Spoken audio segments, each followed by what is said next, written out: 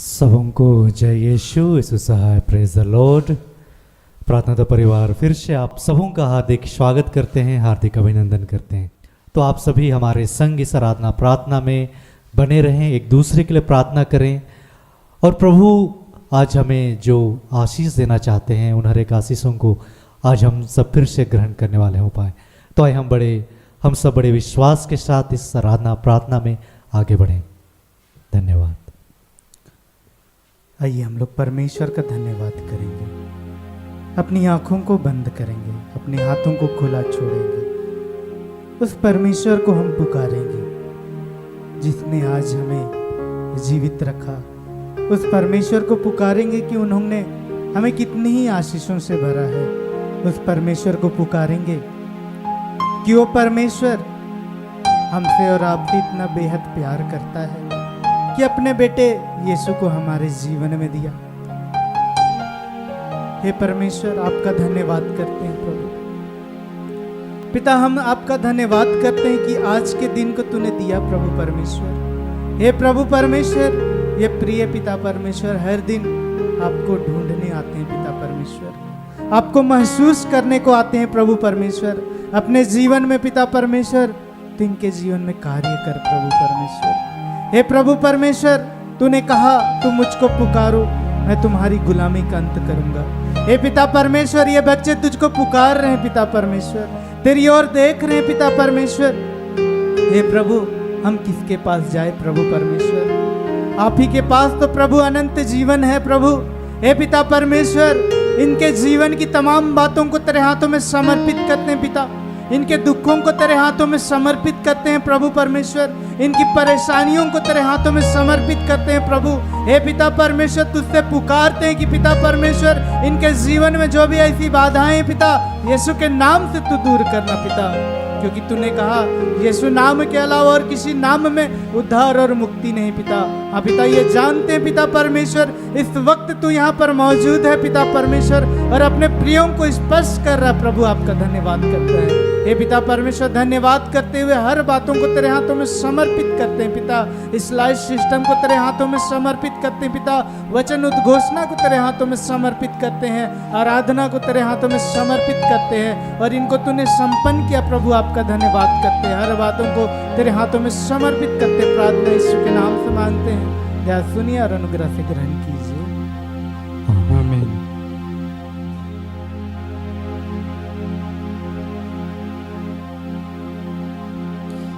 आइए हम प्रभु की महिमा के लिए और एक गीत गाते हैं।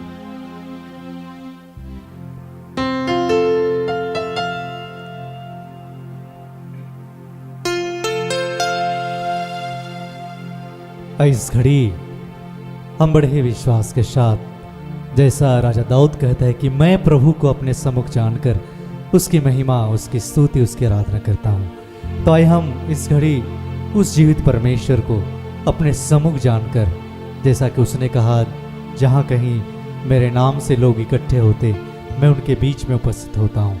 तो आइए हम उस जीवित परमेश्वर की फिर से सारे मन से, सारे हृदय से उसकी स्तुति, उसकी आराधना करें।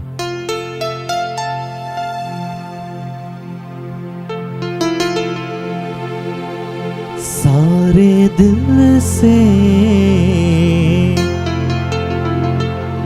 सारे मन से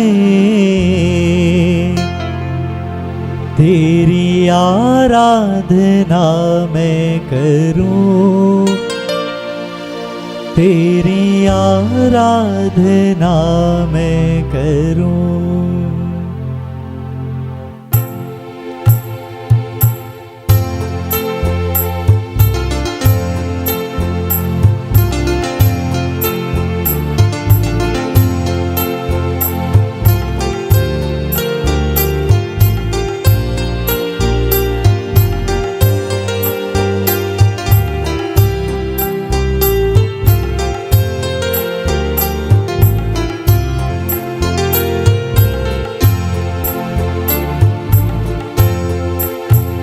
सारे दिल से, सारे मन से तेरी आराधना मैं करूं, तेरी आराधना मैं करूं। सारे सारे दिल से सारे मन से तेरी आराधना मैं करूं, तेरी आराधना मैं करूं। सारे दिल से सारे मन से तेरी आराधना मैं करूं, तेरी आराधना मैं करूं। सारे दिल से सारे मन से तेरी आराधना मैं करूं, तेरी आराधना मैं करूं।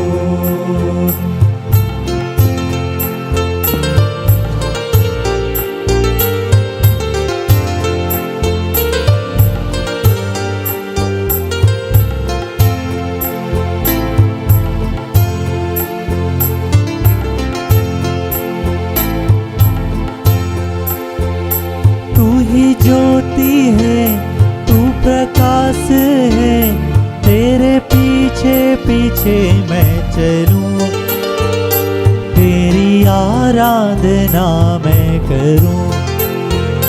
तू ही ज्योति है तू प्रकाश है, तेरे पीछे पीछे मैं चलूं, तेरी आराधना मैं करूं।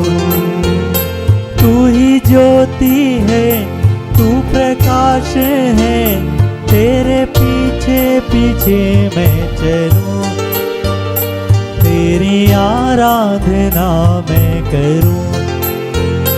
तू ही ज्योति है तू प्रकाश है, तेरे पीछे पीछे मैं चलूं, तेरी आराधना मैं करूं। सारे दिल से सारे दिल से सारे मन से तेरी आराधना मैं करूं, तेरी आराधना मैं करूं। सारे दिल से सारे दिल से सारे मन से तेरी आराधना मैं करूं, तेरी आराधना मैं करूं।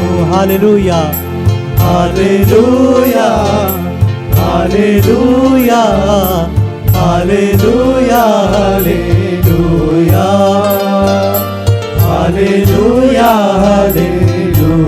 Hallelujah hallelujah hallelujah hallelujah hallelujah hallelujah hallelujah hallelujah hallelujah hallelujah hallelujah.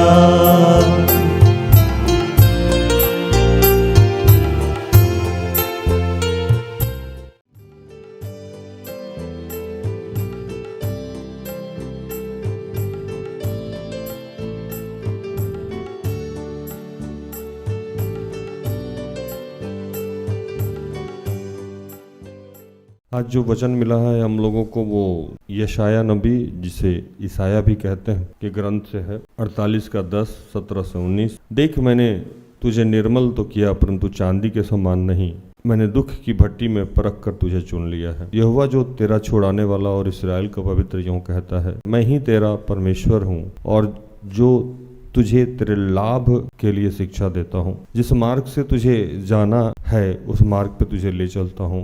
भला होता कि तूने मेरी आज्ञाओं को ध्यान से सुना होता, तब तेरी शांति नदी के समान और तेरा धर्म समुद्र के लहरों के समान होता। तेरे वंश बालू के किनकों के तुल्य होते और तेरी निज संतान उसके कणों के समान होगी। उनका नाम मेरे सम्मुख से कभी कटा और ना मिटाया जाता है। जिस वचन पे हम लोग मनन चिंतन करने जा रहे हैं प्रभु के सामर्थ्य से, मुझे लगता है कि ये सबके जीवन की समस्या है। सब आदमी कहीं ना कहीं त्रस्त है अपने जीवन से, कोई बीमारी से, कोई परेशानी से, कोई कर्ज से, कोई लाचारी से, कोई ना कोई समस्या है। किसी के घर में कोई क्लेश है, कहीं ना कहीं हम सब दुखी हैं। तो गम तो है, दुख तो है, सबको है।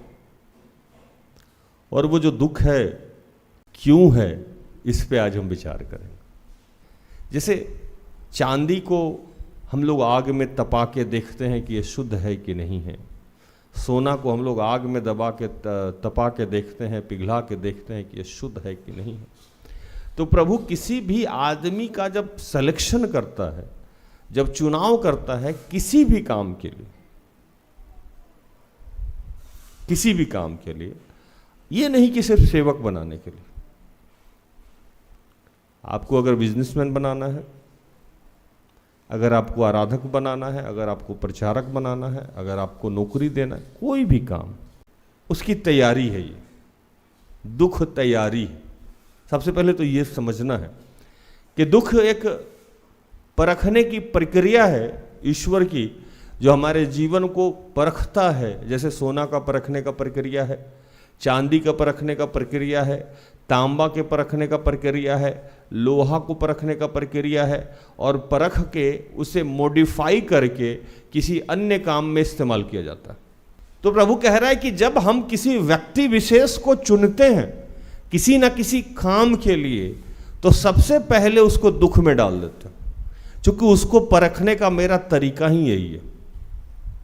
और ये दुख जो आएगा, उसका दुख का रूप होता है आपके घर वाले, बाहर वाले नहीं। ये मैं हमेशा बोलता हूँ। कभी आपकी बहन है डंस लेगी, कभी जिज्जा जी कुछ बोल दिए, कभी भाभी जी कुछ बोल दी, कभी भैया जी कुछ बोल दिए, कभी मम्मी कुछ बोल दी, कभी पापा कुछ बोल दिए। ये प्रक्रिया है। अगर इससे भी नहीं टूटे तो बेरोजगारी तोड़ रही है आपको। ये कहीं ना कहीं से जो दुख मिला है हमें, भावनात्मक मिला हो या आर्थिक रूप से मिला हो या सामाजिक रूप से मिला हो या सांसारिक रूप से मिला हो, कोई भी जो दुख है वो प्रभु जान के आने दिया है आपके जीवन में। पहले तो ये समझ लेना कि ये दुख नहीं, ये तैयारी हो रही है आपको किसी और जगह सेटल करने के लिए। तो मैं तो कहूंगा कि दुख में आनंदित होना सीख लीजिए, क्योंकि आपको कहीं ना कहीं दूसरा पुरस्कार मिलने वाला है। लेकिन हम लोग दुख में इतना दुखी रहते हैं और इतना चिढ़े और फूके रहते हैं कि प्रभु को हम लोग काम ही नहीं करने देते। तो प्रभु पहला ही वचन में कहा कि आपके जीवन में जो दुख है, विपत्ति है, परेशानी है, उसका जिम्मेवार मैं हूं और आप हैं।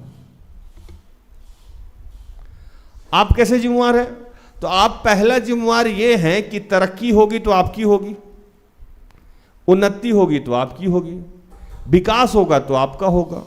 अगर आपको कोई कुछ चीज जीवन में मिले और कोई पुरस्कार मिले, कुछ मिले, कुछ भी आपका बदले, तो आपका लाभ होगा ना। तो पहला जिम्मेवार तो आप होगा। दूसरा जिम्मेवार, एक लेने वाला और एक देने वाला। तो लेने वाले को फायदा होना है और देने वाला तब देगा जब वो परख ले कि आप इस योग्य हैं कि नहीं है। तो दो ही जिम्मेवार है दुख का, तीसरा जिम्मेवार नहीं है। आज आपको एक नई बात और बताऊं मैं पवित्र आत्मा के सामर्थ्य कि आप पत्नी को मत कोसिए, पति को मत कोसिए, बच्चों को नहीं कोसिए, घर वाले को नहीं कोसिए, किसी और को नहीं कोसिए, गरीबी को नहीं, लाचारी को नहीं, बीमारी को नहीं, परेशानी को नहीं। क्यों? तो प्रभु कह रहा है कि जो दुख है ये किसी और पे इल्जाम लगाने की जरूरत नहीं है, ये मैंने दिया है। और ये इसलिए दिया है कि इसमें आपको चेक किया जाए, और चेक करने के बाद जब आप निकले तो आपको कुछ और नया चीज मिले। लेकिन ये जब दुखी हैं आप, तो अलग अलग लोगों को जो कोस रहे हैं, वो कोसना उचित बात नहीं है। आप सीधे तौर पे ये मानिए कि दुख का दो ही लोग जिम्मेवार है, एक आप और एक ईश्वर, दूसरा कोई भी नहीं। और प्रभु कह रहे हैं कि ये जो सब हो रहा है ये आपके लाभ के लिए हो रहा है। आज भी यही कह रहा है, यहोवा जो तेरा छुड़ाने वाला और इस्राएल का पवित्र यूं कहता है कि मैं ही तेरा परमेश्वर यहोवा हूं, जो तुझे तेरे लाभ के लिए शिक्षा देता हूं, जिस मार्ग में तुझे जाना है उसी मार्ग में तुझे ले चलता हूं। अब आप सोच रहे हैं कि मेरे जीवन में डायरेक्शन गलत हो गया है। कई बार मैं भी ऐसा सोचता हूं। डायरेक्शन गलत नहीं होता, कुछ भी गलत नहीं होता है।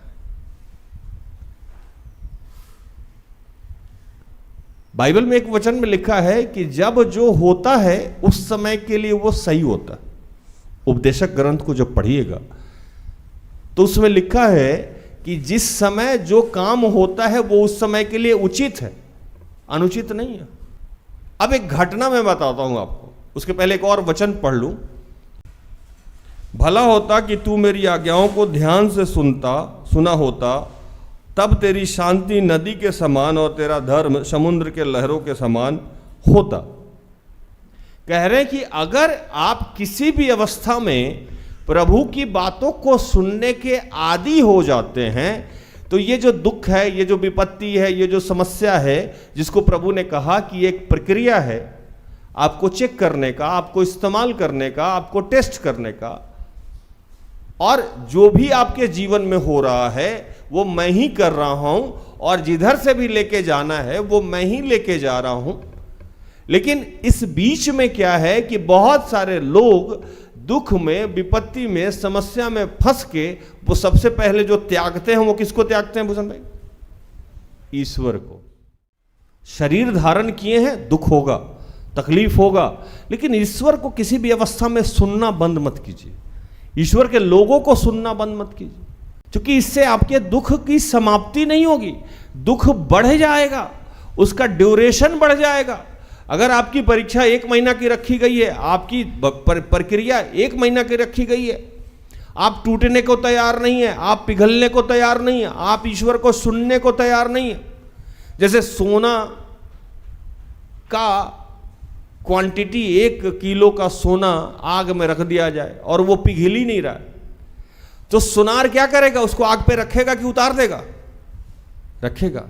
जब तक वो पिघल नहीं जाता है तब तक सुनार उसको आग से हटाएगा नहीं, क्योंकि जब तक वो पिघलेगा नहीं तब तक वो किसी और रूप में नहीं ढाला जा सकता है। ना उसको कान का बनाया जा सकता है, ना गला का बनाया जा सकता है, ना अंगूठी बनाया जा सकता है, ना कंगन बनाया जा सकता है, ना चूड़ी बनाया जा सकता है। इसके लिए उसका पिघलना जरूरी है। लेकिन प्रभु उन तमाम लोगों को दुख में से हटा ही नहीं पाता है जो पिघलते नहीं है, जो टूटते नहीं है, जो प्रभु उसको सुनते नहीं। प्रभु करे तो क्या करे? वो आपको किसी के गले का हार बनाना चाहता है, आपके जीवन में कोई और नया आशीष देना चाहता है, आप उसी को सुनना बंद कर देते हैं। जब भी आप विपत्ति में आए, परेशानी में आए, दुख में आए, तकलीफ में आए, आपका ट्रेनिंग शुरू किया गया, आप भाग गए। मैं एक रिलेटिव मेरे गए, फौज में बहाली हो गई उनकी, 2 मित्रों की बहाली हुई फौज में, दोनों चले गए। भैया जब ट्रेनिंग शुरू हुई तो मेरे जो रिलेटिव थे वो धनी थे और उनका जो मित्र था वो बहुत गरीब, मतलब 4th ग्रेड कर्मचारी के बच्चा। पिताजी उनके साइकिल पे चलते थे, जैसे तैसे जीवन यापन होता था उनका। वो बड़ा बेटा और मेरे जो रिलेटिव थे ये भी अपने घर के बड़े, सेकंड चाइल्ड, दोनों में काफ़ी मित्रता थी। दौड़ हुआ, सिलेक्शन हो गया, चले गए फौज में। फौज में जब पहुँचे, 4 दिन, 5 दिन, 6 दिन, 1 महीना जब रहे तो फौज की ट्रेनिंग बहुत सख्त होती है। जब ट्रेनिंग की जाने लगी तो ये भाई साहब क्या किए, मेरे जो रिलेटिव थे दूसरे वाले दोस्त को बोले कि मैं यहाँ नहीं रहूँगा, ये मुझे मजदूर की तरह खटा रहा है, ये मुझसे, चूंकि फौज में जब आप ट्रेनिंग में जाइएगा तो बेसिक सारा काम कराता है, पता है ना आप लोगों को, बेसिक सारा काम, और इतना मेहनत कि आप सोच नहीं सकते। ये भाई साहब उसको समझाने लगे कि मैं नहीं रहने वाला हूँ, मैं यहाँ से भाग जाऊँगा। वो बोला तुम तो भाग जाओगे, तुम तो धनी परिवार से हो, मैं नहीं जाऊँगा, क्योंकि मेरे पिताजी बहुत संघर्ष करते हैं, बहुत मुश्किल से उन्होंने पढ़ाया लिखाया है, मैं उनका आश्रय हूँ, मेरे पीछे 3, 4, 5 भाई बहन लोग हैं। अगर मैं कुछ लायक नहीं बना तो मैं पिताजी का सहारा नहीं बनूंगा, इसलिए मैं अब चाहे जो भी स्थिति हो जाए मैं नहीं भागने वाला हूँ। मेरे जो रिलेटिव थे वो भाग गए, बाद में वो वकील हो गए, जिंदगी भर स्ट्रगल किए। वो आदमी रह गया, अभी डीएसपी से रिटायर किया है। उस एक आदमी के वहाँ रुक जाने से उसका दूसरा 4 भाई, उसका तीसरा वाला भाई भी फौज में बहाली हो गया, उसका दूसरे भाई सेटल हो गया, उसका अपना घर है, गाड़ी है। उसके वहाँ 4 महीना, 5 महीना, 6 महीना जो भी ट्रेनिंग था उसको झेलने के बाद वो ऑफिसर हो गया, पहले क्लर्क हुआ, उसके बाद उसका डिपार्टमेंटल एग्जाम हुआ और प्रमोशन होता चला गया। लेकिन ये आदमी भाग गया। तो जो जो दुख से भागा, जो जो विपत्ति से भागा, जो भी परीक्षा से भागा, जो भी ट्रेनिंग से भागा, इसका मतलब वो प्रभु को सुना नहीं। या उस समय वो किसी और पे कोसा, तुम्हारी वजह से ये हो रहा है, तुम्हारी वजह से ये हो गया, तुमने ये कर दिया, तुमने वो कर दिया। इसका मतलब वो प्रभु को नहीं सुन रहा है। और प्रभु यहां कह रहा है कि मैं तुम्हारे लाभ के लिए लेके जा रहा हूं, तुम चल के तो देखो, तुम रुक के तो देखो, तुम ठहर के तो देखो। मैंने क्या किया? मैंने किसी भी अवस्था में प्रभु को नहीं त्यागा। विपत्ति आई, परेशानी आया, दुख आया, गरीबी आया, आर्थिक तंगी आया, समस्या आया, केस आया, पिताजी खो गए, कुछ नहीं त्यागा मैंने। प्रभु को मैं पकड़े रहा। बाइबल पढ़ने नहीं आता था, उपवास कर लेते थे। प्रार्थना करने नहीं आता था, धन्यवाद बोल देते थे। लोग गाली देता रहा, मैं प्रभु से लिपटा रहा। प्रभु मेरी तैयारी करा रहा था, मुझे परख के देख रहा था कि राज मेरा दास बनने के लायक है या नहीं है। अगर इसके जिम्मे हम अपने बच्चों का हाथ देंगे तो क्या इसका विश्वास मेरे ऊपर है? क्या इसके माँ बाप, परिवार के जो 4, 5, 10 लोग हैं, उनके जीवन में जब ये विपत्ति आई है तो इसके लड़ने का तरीका क्या है? संसारिक है या आत्मिक है? तो मैंने जब आत्मिक लड़ाई लड़ी तो प्रभु को ये ज्ञान हो गया कि मैंने 5 लोग जब इसके जीवन में दिया है तो ये इनको बचाने के लिए आत्मिक लड़ाई लड़के जीता है। तो अब 5 से 500 करेंगे, 5000 करेंगे, 5 लाख करेंगे, 5 करोड़ करेंगे। तो प्रभु ने मुझे उन सालों में परखा, दुख के भट्टी में डाला और ये चेक किया कि मैं जिम्मेवारी लेने के लायक हूं या नहीं हूं। जब उसे लगा कि नहीं ये लायक है, तो वो मुझे अब सिस्टर एस्थर से जोड़ना था उसको। भला मैं उसी मार्ग में लेके जाता हूं जो तेरे लाभ के लिए है। अब सिस्टर एस्थर दूसरे जाति, दूसरे प्राणी, दूसरे धर्म, दूसरे समुदाय से मिलेंगी कहां? तो पता मिलना था जेल में। तो फिर से मेरा इलाज शुरू किया और इनका पता मेरा पता, इनका पता मेरा पता हो गया। मेरी अपनी पता तो खत्म ही हो गई, है ना। और वहां से मेरा एक नया जन्म हुआ। बाबा राज, फादर राज, ब्रदर राज, पापा राज, किस नाम से मुझे बुलाया जाता है। तो प्रभु ने इतनी बड़ी सेवकाई का प्रबंधक बनाने के लिए ये सारा इलाज मेरा किया। आज भी जब मैं किसी समस्या में पड़ता हूं तो सबसे पहले मैं एक ही काम करता हूं, उपवास। मैं 2 घंटा 4 घंटा घंटों प्रार्थना में नहीं बैठ पाता हूं, वो सिस्टर एस्थर का काम है। मैं तुरंत उपवास में चला जाता हूं। मैं 10 मिनट प्रार्थना कर सकता हूं, मैं आधा घंटा प्रार्थना कर सकता हूं, मैं 1 घंटा। लेकिन कोई कहे कि मैं 5-5 घंटा लगातार प्रार्थना में बंद कमरा में बैठूं, कैसे बैठूं? मैं सीमेंट भी देखना है, बालू भी देखना है। मुझे तो बस जहन में एक ही बात याद रखता है, मेरा पिता शक्तिशाली है, गर्भ से रचा है और वो जानता है कि मैं पापी हूं। आज से नहीं, वो जानता था कि मैं गर्भ में ही से पापी हूं। एक वचन पढ़िए उसमें। हाँ, निश्चय तूने उन्हें ना तो सुना ना जाना, ना इससे पहले तेरे कान ही खुले थे, क्योंकि मैं जानता था कि तू निश्चय विश्वासघात करेगा और गर्भ ही से तेरा नाम अपराधी पड़ा है। ईश्वर कह रहा है, मैं जान रहा हूं तुम सुनने वाले नहीं हो। मैं जान रहा हूं कि तुम मेरे साथ विश्वासघात करोगे। मैं जान रहा हूं कि तुम गर्भ से ही अपराधी हो। अपराध करना तो हमारी और आपकी प्रवृत्ति है। कभी जान के करते हैं, कभी अनजाने में करते हैं, कभी मन के सुख के लिए, कभी तन के सुख के लिए, कभी किसी और के सुख के लिए, कभी बहाने से, कभी अनजाने में, कभी जान के, कभी प्लान करके। पाप तो हम रोज करते हैं। मैं गिर रहा हूं, पढ़ रहा हूं, चल रहा हूं। आज मेरी दशा वही यीशु की तरह होती जा रही। मैं क्रूस लेते लेते गिर जाता हूं, फिर उठता हूं, फिर चलता हूं। मैं अपनी दुर्बलताओं में गिरता हूं, मैं अपनी कमियों में गिरता हूं, मैं अपनी परेशानियों में गिरता हूं, आर्थिक तंगी में गिरता हूं, लेकिन क्रूस ढोना नहीं छोड़ता हूं। आप भी अपना क्रूस उठा के चलते रहिए। प्रभु में यकीन कीजिए, प्रभु में बने रहिए। दुख हो, विपत्ति हो, समस्या हो, उससे लिपटे रहिए।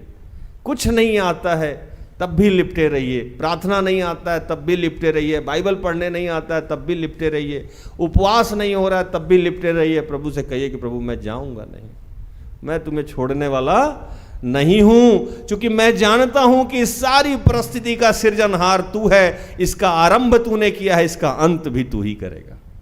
हालेलुया। प्रभु इन सारे वचनों से आप सबको और मुझे भी आशीषित करे, आमीन। आइए हम आखिरी प्रार्थना में जाएं।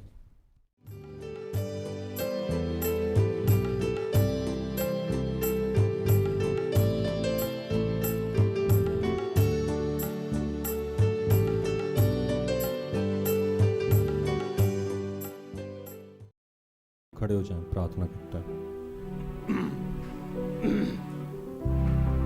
जो लोग जहां हैं और विशेषकर जो हमारे आराधनालय में जो हमारे सहयोगी भाई बहन हैं, हमारी अगुआ, किचन में, जहां कहीं भी लोग हैं, इस वक्त हम सब लोग आत्मा में एक हो जाएं। कर सकते हैं तो अपनी आंखें बंद करें, रोक सकते हैं तो अपने कामों को रोक दें और मेरे साथ आत्मा में एक हो जाएं, क्योंकि प्रभु ने यह आशीष हम सबको दे रखा है कि जब भी हम आत्मिक रूप से एक होते हैं, प्रभु हमारी हर प्रार्थनाओं को हाँ और आमीन में उत्तर देने लगता है। 2 या 2 से अधिक आत्मा में एक हो जाए तो प्रभु उसकी प्रार्थनाओं को आमीन कह देता है। प्रभु मैं, मेरी अगुआ सिस्टर एस्तर और हम तमाम भाई बहन आज आत्मा में एक होते हैं और पिता तेरा धन्यवाद करते हैं हम अपने जीवन के दुखों के लिए। धन्यवाद उस समय जिस समय मेरे ऊपर लांछन लगते हैं प्रभु। धन्यवाद जब मैं गाली सुना। धन्यवाद प्रभु जब मैं आर्थिक तंगी में रहा। धन्यवाद जब मैं विपत्ति में रहा, परेशानी में रहा, दुख में रहा, क्लेश में रहा।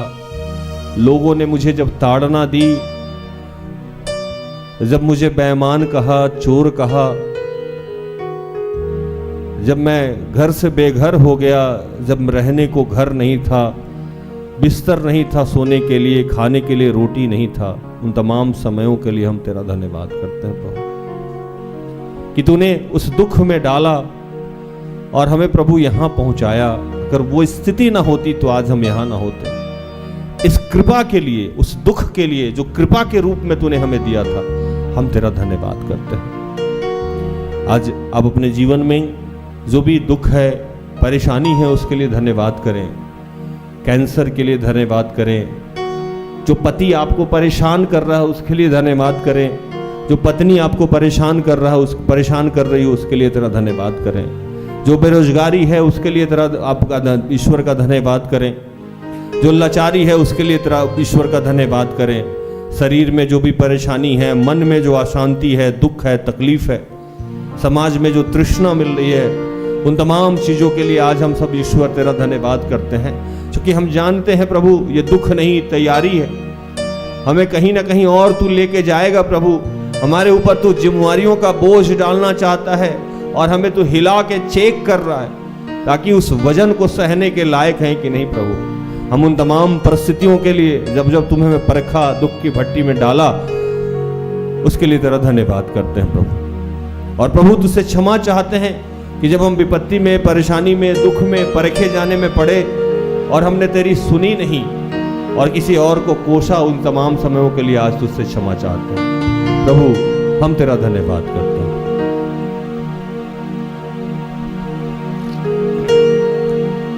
दुख तो जीवन साथी है, दुख में महिमा छाई है।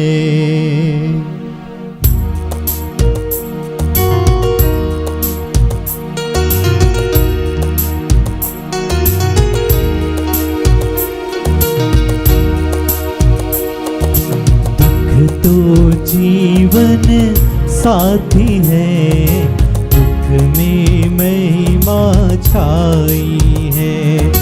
दुख तो जीवन साथी है, दुख में महिमा छाई है। दुख तो जीवन साथी है, दुख में महिमा छाई है। दुख तो जीवन साथी है, दुख में महिमा छाई है। विपदाओं के सेज पर प्रभुवर मुझसे मिलते हैं। विपदाओं के सेज पर प्रभुवर मुझसे मिलते हैं। प्रभुवर मुझसे मिलते हैं। प्रभुवर मुझसे मिलते हैं। दुख तो जीवन साथी है, दुख में महिमा छाई है। दुख तो जीवन साथी है, दुख में महिमा छाई है। दुख तो जीवन साथी है, दुख में महिमा छाई है। मैं इन समय सभी लोगों के लिए प्रार्थना कर रहा हूँ। अपनी अगुआ सिस्टर एस्तर और अपनी टीम के सारे भाई बहन को आत्मा में एक करता हूँ। और आप सब लोग इस समय जो बेचैन हैं, परेशान हैं, दुखी हैं, आप लोगों को लग रहा है कि आपके दुख का अंत नहीं हो पा रहा, मैं उन सब के लिए आपके सरों पे आत्मिक रूप से हाथ रखता हूँ। जहाँ भी हैं, हिंदुस्तान के किसी कोना में, विदेशों में बैठे हुए हैं, किसी भी राज्य में हैं, मैं उन सब के सरों पे आत्मिक रूप से हाथ रखता हूँ। और ये अधिकार मुझे प्राप्त है कि मैं आप सबके लिए पवित्र आत्मा के लिए प्रार्थना करता हूँ। प्रभु ने कहा कि अंत के दिनों में मैं हर शरीरधारी पे अपनी आत्मा उंडेलूंगा। प्रभु ने कहा कि ये लो, मैं तुम में अपनी आत्मा को फूंकता हूँ, पवित्र आत्मा को ग्रहण करो। इसी वक्त आप अपनी आत्मा को ग्रहण करें, अपने अभिषेक को ग्रहण करें। और जितने लोग विशेषकर इस वक्त दुख में हैं, शताओं में हैं, कष्ट में हैं, किसी विपत्ति में हैं, मैं उन सब के लिए प्रार्थना करता हूं कि प्रभु अपने बल से भर, अपनी शक्ति से भर, जैसे तूने अय्यूब को अपना सामर्थ्य दिया था। तूने कहा था कि जो मुझे बल देता है उसके सामर्थ्य से मैं सब कुछ कर सकता हूं। मैं जानता हूं पिता कि तू किसी को इतना दुख नहीं देता है जो सहन के योग्य नहीं है। हे प्रभु, इन्हें सहने की सामर्थ्य दे और इस विपत्ति से निकाल, और जिस पुरस्कार के लिए इन्हें तैयार किया है उस पुरस्कार से पुरस्कृत कर। तेरा धन्यवाद करते हैं।